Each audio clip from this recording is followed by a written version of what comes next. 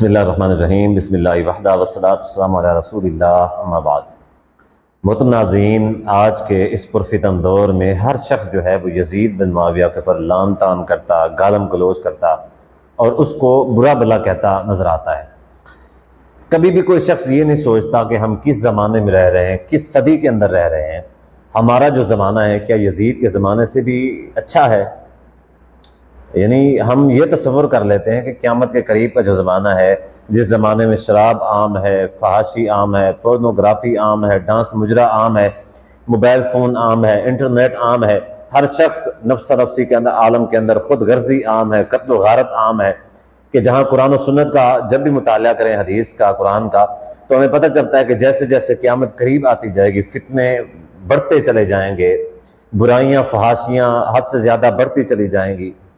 तो उसके बावजूद भी हमें अक्सर या सारे लोग यही सोचते हैं कि शायद यजीद का ज़माना जो था वो बहुत ज़्यादा बुरा था और हमारा जो आज का ज़माना है वो अच्छा है उसके ज़माने से कहीं ज़्यादा, और हम जो है ना यजीद से शायद अच्छे हैं।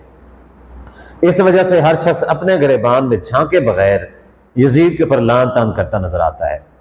लान तान क्यों करता है? उसके पास क्या दलील है? कोई दलील नहीं है उसके पास, ठीक है, कोई दलील नहीं है उसके पास अथेंटिक। उसने कहीं मुस्तनद किताब से पढ़ा हो, मुस्तनद किताब से उसने देखा हो, उसने कोई तहकीक की हो कि उर्दू वाली किताब कच्ची पक्की से किसी अपने मौलवी से या मौलवी की तकरीर से, ठीक है, दो चार बातें उल्टी सीधी यजीद के खिलाफ सुन ली और फिर गालम गलोच और लान तान करना शुरू कर दिया।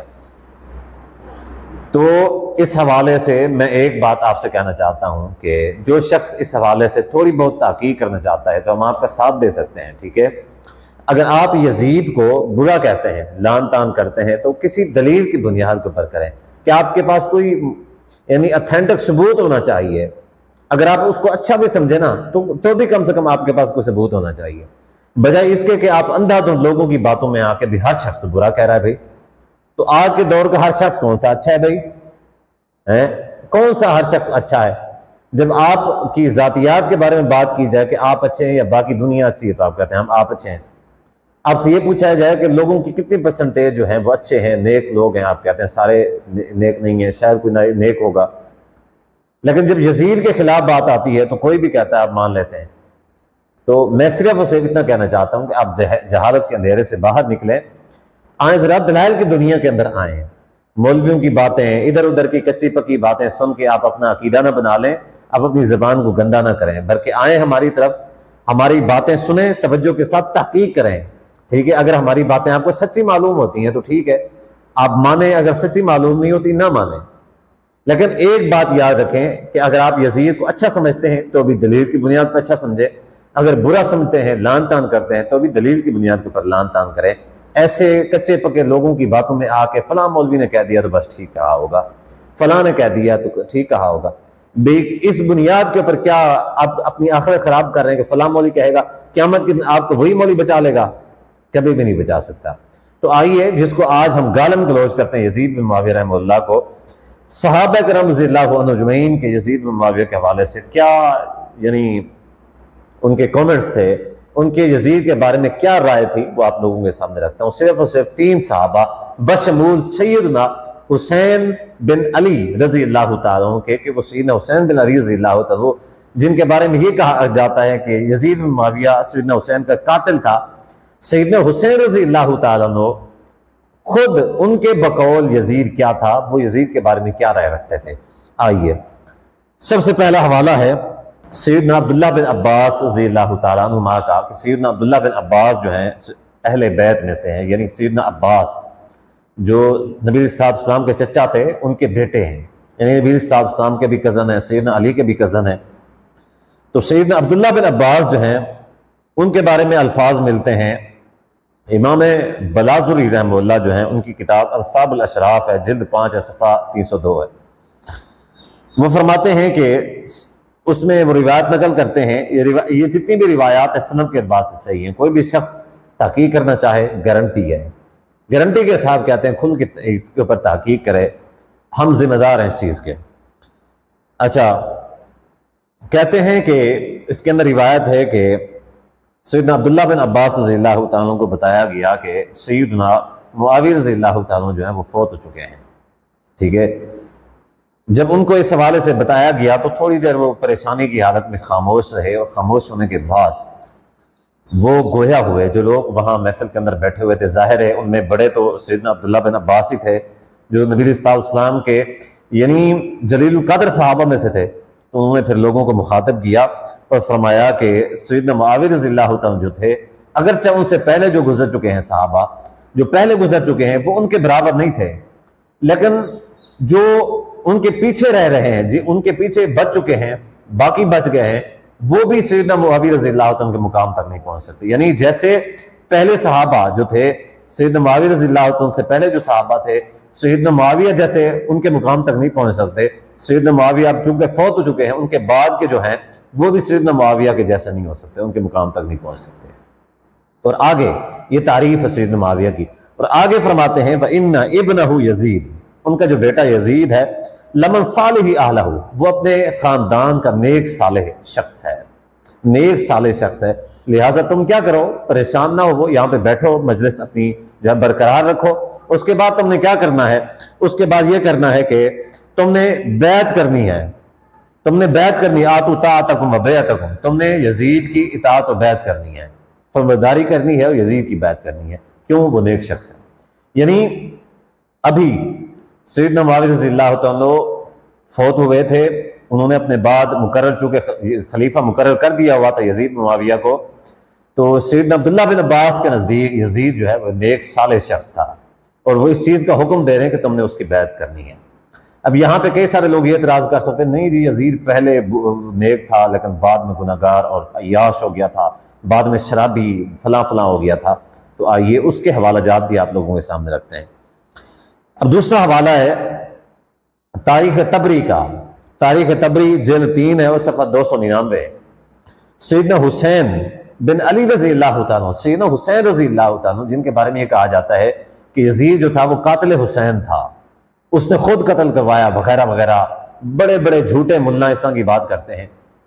तो झूठी रिवायात की बुनियाद के ऊपर आके अब ये तारीख तबरी का हवाला है कि सैयदना हुसैन रज़ियल्लाहु तआला जब यहाँ से रवाना हुए और करबला के मुकाम पे पहुंचे, ठीक है, एक बात ज़हन में रखें, ये जो करबला है ये कभी भी कूफा के रास्ते के ऊपर नहीं आता, बल्कि ये शाम के रास्ते के ऊपर आता है।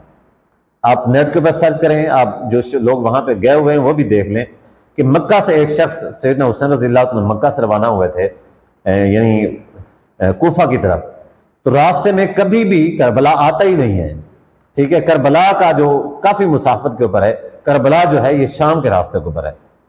अब चूंकि सैयदना हुसैन रज़ियल्लाहु तआला वहां पे जब पहुंचे कुछ मुकाम तक, तो उन्हें इस बात का अंदाजा हुआ कि कूफा के अंदर उन्होंने भेजा था यानी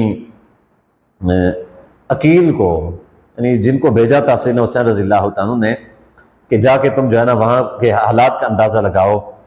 तो वो जब वहाँ पे शहीद हो गए, कूफी ने उनको शहीद कर दिया और ख़बर सैयदना हुसैन रज़ियल्लाहु तआला पहुँची, तो उनको पता चल गया कि ये जो कूफी हैं ये असल में क्या कर रहे हैं, ये असल में जो है ना धोखा कर रहे हैं। तो उन्होंने क्या किया, रास्ते से अपना जो है ना रुख जो है वो शाम की तरफ यानी यजीद की तरफ कर लिया।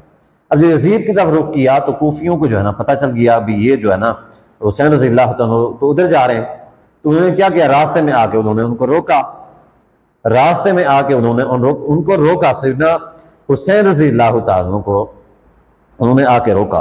अब जब आके रोका तो आगे नहीं जाने, करबला के मुकाम पे उन्होंने आके रोका। जब उन्होंने करबला के मुकाम पे आके सैयदना हुसैन रज़ियल्लाहु तआला को रोका कि आप नहीं जा सकते शाम, अब शाम नहीं जा सकते, आप कूफा जा सकते हैं लेकिन शाम नहीं जा सकते, ठीक है।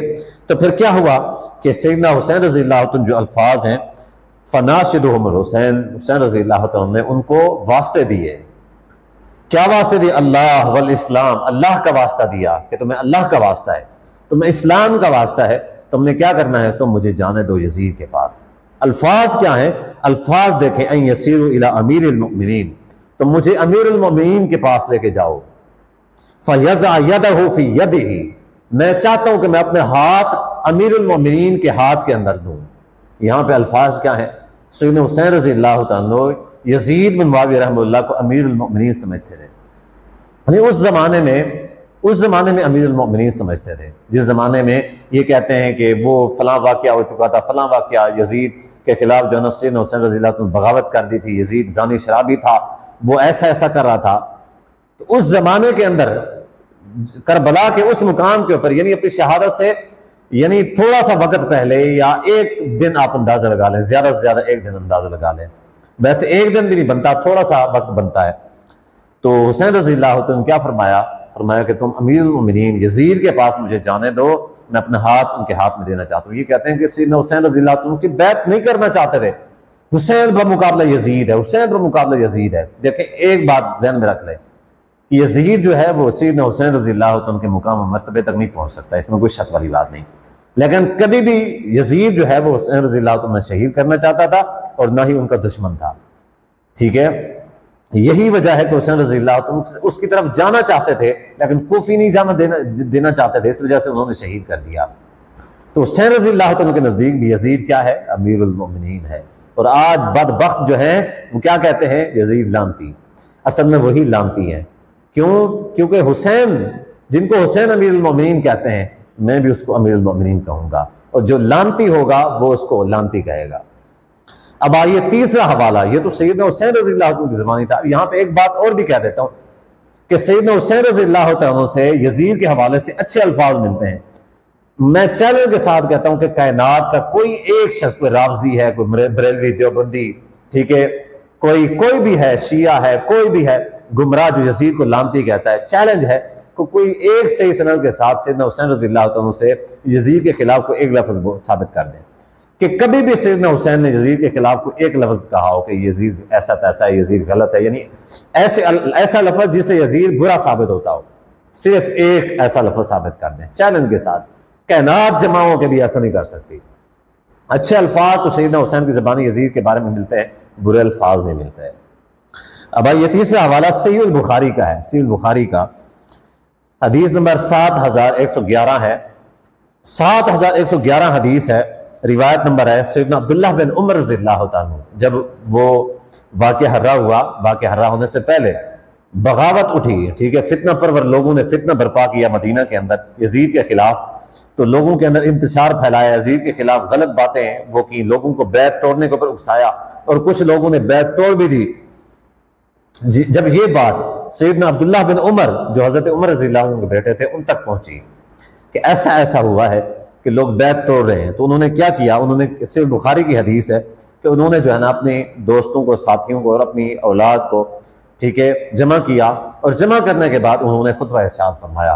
और खुतबा इरशाद फरमाते हुए उन्होंने फरमाया कि समेत नबी सल्लल्लाहु अलैहि वसल्लम युनसबु लिकुल्लि गादिरिन लिवाउन यौमल क़ियामा, मैंने नबी अलैहिस्सलातु वस्सलाम से सुना है कि हर धोखेबाज जो है, हर धोखेबाज के लिए क़यामत के दिन एक झंडा नस्ब कर दिया जाएगा। ठीक है, और फरमाते हैं मैं इससे बड़ा धोखा नहीं जानता कि जिस शख्स से अल्लाह और अल्लाह के रसूल के नाम के ऊपर बैत की जाए और फिर उसके खिलाफ जंग की जाए, इससे बड़ा और धोखा हो ही नहीं सकता। और फरमाते हैं कि इन्ना कद बायाना हाज़र रजुला अला बैइल्लाहि व रसूली, बेशक हमने अल्लाह और अल्लाह के रसूल के नाम के ऊपर इसके साथ बैत की है, लिहाजा हम बैत नहीं तोड़ेंगे। यानी जिस वजह से हमने बैत की थी वो वजह अभी बाकी है, यजीद के अंदर ऐसी कोई बुराई नहीं है।